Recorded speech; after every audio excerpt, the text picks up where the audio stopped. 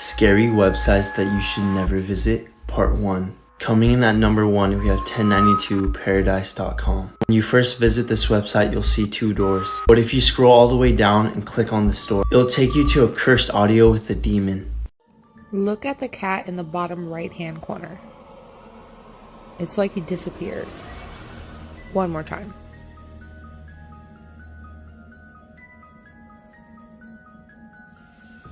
What do you think?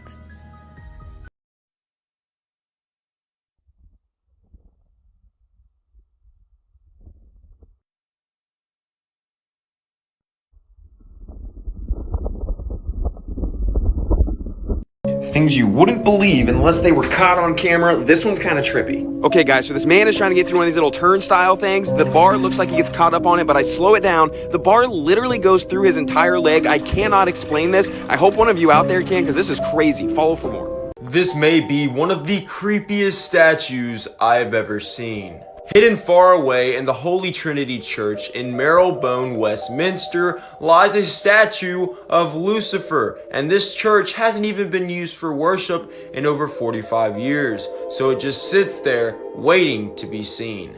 This oily black statue is insanely creepy. It is made out of concrete, aluminum, and other things, but why is it located inside of a church? And no offense to Paul Fryer, but this is just one of those things that if you were walking through an abandoned building and you saw moonlight coming from the window and shining on this hanging from the ceiling, you would run away screaming, me included. So yeah, a statue depicting a fallen angel with all these wires and cables tangled up in it with a gruesome figure attached to the end of it is insanely creepy. At least in my books, it is. This old lady killed so many people. Baba Anushka, she loved chemistry. And when her husband died, she was like, I'm gonna make the house into a laboratory and sell potions. So a bunch of girls came to her and they were like, we don't want our husbands to go to war. And she was like, I can make them really, really sick so they don't have to. And they were like, yeah, do that. So she started getting really, really popular. But then all the girls were like, we actually don't like our husbands. Can you do a little more? And Baba Anushka was like, yeah, I can kill them. So then all the girls were like, oh, we like this. So Baba Anushka made these deadly potions, gave them to the girls gave them to their abusive husbands, and they were dead in like 8 days. And Baba Anushka would do this thing where she'd ask the girls, how heavy is the problem? Which was code for, how heavy is your husband? Because I gotta make sure I put enough in it, mama. She was so successful that she hired a sales agent to go into town and like sniff out people with marital problems. But this one girl fucked it all up. After she killed her shitty husband, she used another potion to kill her new husband's rich uncle. And the police were like, can you explain this? And she was like, it was Baba Anushka. Baba Anushka was like, are you fucking kidding me? But she ended up getting out of jail and then living to 100. This is why you should be careful what you put in the mail. In 2015, a man was asked by his neighbor to collect his mail while he was gone for a few weeks. A few days later, a large package arrives on his neighbor's front porch. The man can barely lift it, but gets over to his garage where he accidentally drops it and hears something break inside. Hoping his neighbor would think the damage occurred en route, he closes his squeaky garage door and forgets about it. But over the next couple of days, whatever was in that package started to smell so bad that he decides to open it up. Inside were 2 very important finds, his neighbor, who was dead, and a camera that was still recording. The police bring the man in for questioning and show him what was on the camera inside the box. It starts with his neighbor talking to the camera about how excited he is to mail himself home for his YouTube channel. Then, police fast forward to the very end where they see that the neighbor is now sleeping in the box, and then suddenly gets dropped and you hear a crack, and that's his neck breaking. And then you hear a squeaky garage door close. This is a Dybbuk. You might recognize it from this video that surfaced in 2018 of Post Malone touching it inside of Zach Bagans' Haunted Museum, and most of us know that didn't end well. But what is a Dybbuk, and why is it considered the most haunted item in the world?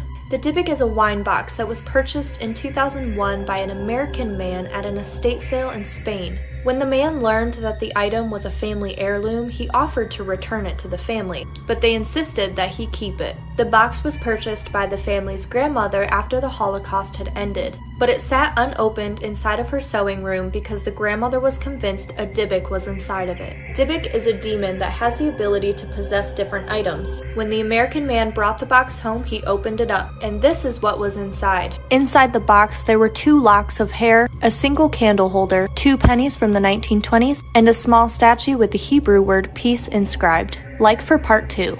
Reacting to the scariest TikTok accounts, part 1. Today we're going to be talking about an account known as Sitting and Smiling. The username is literally exactly what it sounds like. This girl does nothing other than sit and smile. But it's about to get really creepy, so let's go ahead and take a look at it.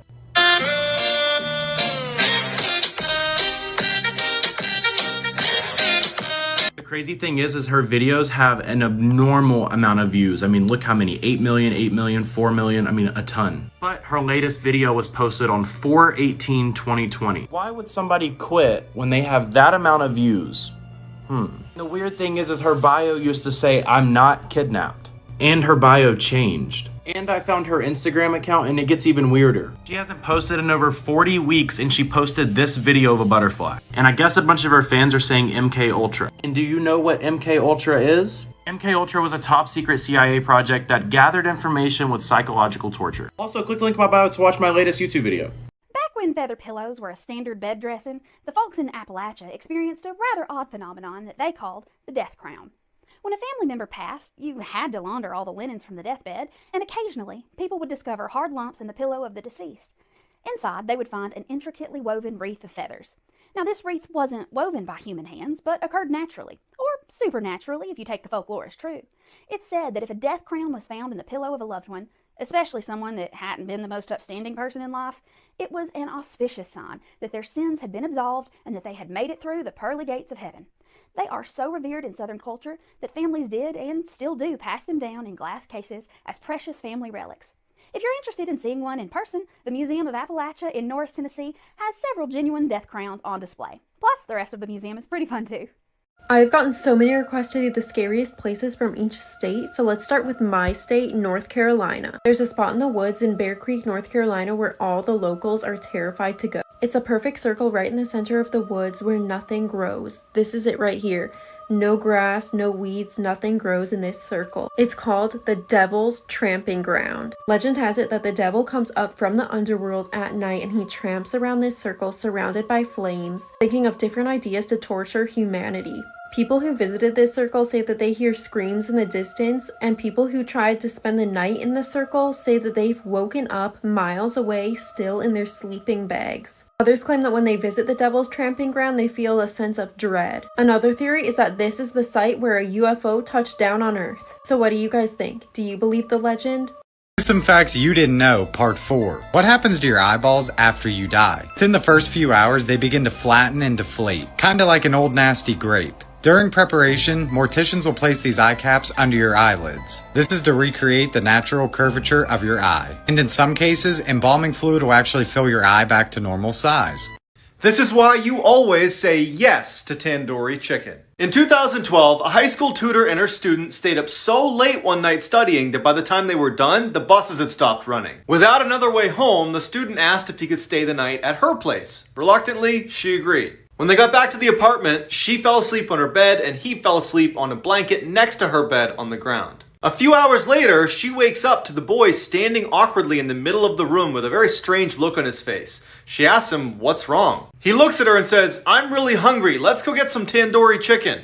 Confused, she says, "It's 2 a.m. Just get a snack in the cupboard." And he grabs her by the arm and he says, "No, we are getting tandoori chicken right now." And he yanks her from the bed. Feeling totally caught off guard by this whole situation, she goes into the hall with the boy, and as soon as the door shuts behind them, she can tell that he is terrified. He looks at her and just says, "I'm not actually hungry. When I woke up, there was someone under your bed." Disturbing dark web stories that actually happened. Some viewers may find the following video disturbing. Viewer discretion is advised. This is the story of the Cannibal Cafe, and it's going to be done all in one part, so keep up. The Cannibal Cafe was a forum page in 2001 that was dedicated to finding cannibals their next meal. The website has since been taken down, but I was able to use a tool called the Wayback Machine to find you the actual website. The two people would chat with one another and discuss on how they wanted to be eaten. Everything changed when a man named Armand Maiwas posted an advertisement seeking a well-built man 18 to 30 who would like to be eaten by me. To his surprise, a man named Bern Brandis responded to the advertisement extremely interested. The two exchanged conversations with one another until both of them agreed to meet up with each other and allow both of their fantasies to come true. On March 9, 2001, they both met up with each other at Armand's house. Upon entering the house, there was candles lit from every corner of the house. Think of it as almost some sort of romantic setting. Armand Maiwas escorted Byrne to the bathtub where the sacrifice would take place, but not before setting up video cameras capturing the entire thing. For hours, Armand Maiwas cut and consumed as much meat from Byrne as he possibly could, all while Byrne was alive. Once Byrne was dead, Armand then stored the rest of the meat inside of the freezer. 10 months later, Armand was arrested and is doing life in prison in Germany. Majority of the details I shared are too graphic for TikTok, but I'm gonna be posting a full YouTube video on this tomorrow capturing every single detail. Make sure to subscribe to my YouTube, Austin Bro, so you don't miss it. If you guys enjoyed this story, please make sure to click that like and follow button. I will see you guys tomorrow with a brand new video. Have you ever wanted to stay in a haunted Airbnb? Well, now you can. This is an old doctor's house on the grounds of a lunatic asylum that I'm staying in tonight. Here's a shot of the actual asylum that's right outside my door. It's called Central State Hospital. It's crazy. This house was inhabited by somebody that worked at the asylum back in the day. It's filled with photos of the building, and let me tell you, just being in there right now when I checked in, it's super, super creepy. Even when I was filming this TikTok, my father was outside bringing some bags in, and I heard some movement downstairs and yelled out his name saying, "Jeff?" And nobody responded. So yeah, you can see the asylum grounds from outside the windows. There are over 25,000 patients from the lunatic asylum that are buried here on the grounds of Central State Hospital. Most of them do not have names on their gravestones because they are lost in burial plots that they don't know where they exist. And also, here's a shot of the extremely creepy asylum building right outside my window. Is there anybody here with me? It's just me and you.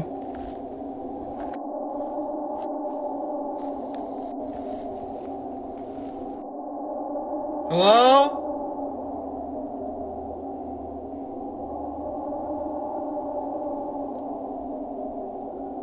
Anybody in there?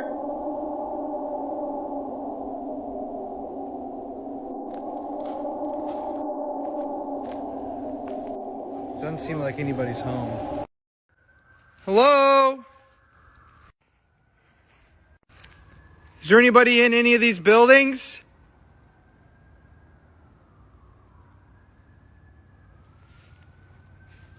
My name's Colin. Can you scream at me? Come out of the building? Come reach your arm at me? Did you die here?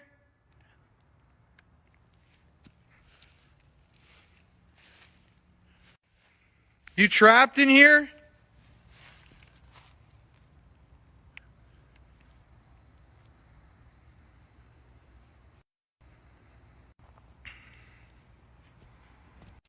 You guys tell me if you heard anything in that or saw anything.